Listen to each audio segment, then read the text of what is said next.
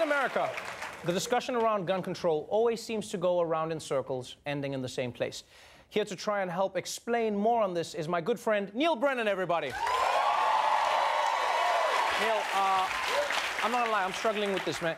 Can you help me figure out guns in America? Look, dude, at this point, this issue is a lot like John Travolta's Botox face. There's no movement. Everyone's going with the same old arguments. The left wants changes, the right doesn't. But you know who had a unique view on this? Bill O'Reilly.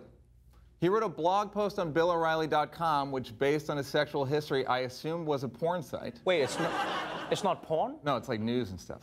Oh. But here's what he said about the Vegas shooting. Quote, "This is the price of freedom. Violent nuts are allowed to roam free until they do damage, no matter how threatening they are. The Second Amendment is clear that Americans have a right to arm themselves for protection, even the loons."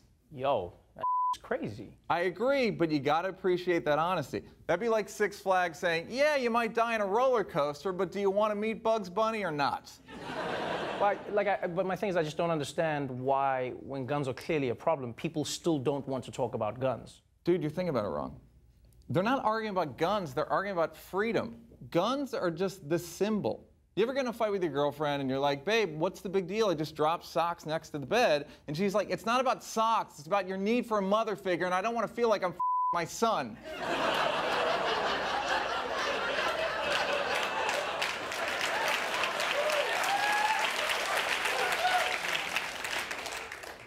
Too personal? Maybe, a little bit. Okay, so what you're saying is guns are actually just a symbol of freedom. Yeah, everything in America is about symbols. That's why the Colin Kaepernick kneeling thing got so crazy. For a lot of people, he wasn't protesting against police violence, he was protesting the national anthem, and that's the symbol for everything. The troops, bald eagles, mattress sales, Tom Hanks, Type 2 diabetes, you know, America. Okay, so if guns are that powerful a symbol, then no one will ever get gun control. That's where you're wrong. The only way to fight a symbol is with a symbol. And what's the only symbol as powerful as guns? My face? Rhymes with face, starts with an R. Oh, race? That's correct. Oh, blackness. Yes. Blackness, I don't know if you picked up on this, heavily symbolic in this country. Oh, but what do black people symbolize in America? How about you start? I don't know. For some people, black people symbolize physical strength, a threat to white dominance, big penises. That's what I thought. Then we went to the gym together. It was a cold day. And I've seen your sex tape. That's not a real thing. It's not the point. Okay, here's what I'm saying. How are black people powerful enough as a symbol to fix the gun issue? It's happened before.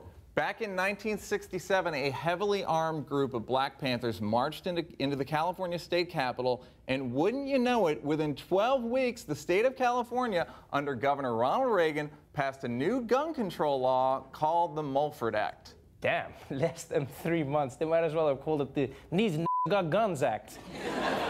Agreed, and that's the point. If we want gun control, here's what we do. NFL players, listen to me. This Sunday, instead of taking a knee, stand during the national anthem, and above your head, hold an AR-15.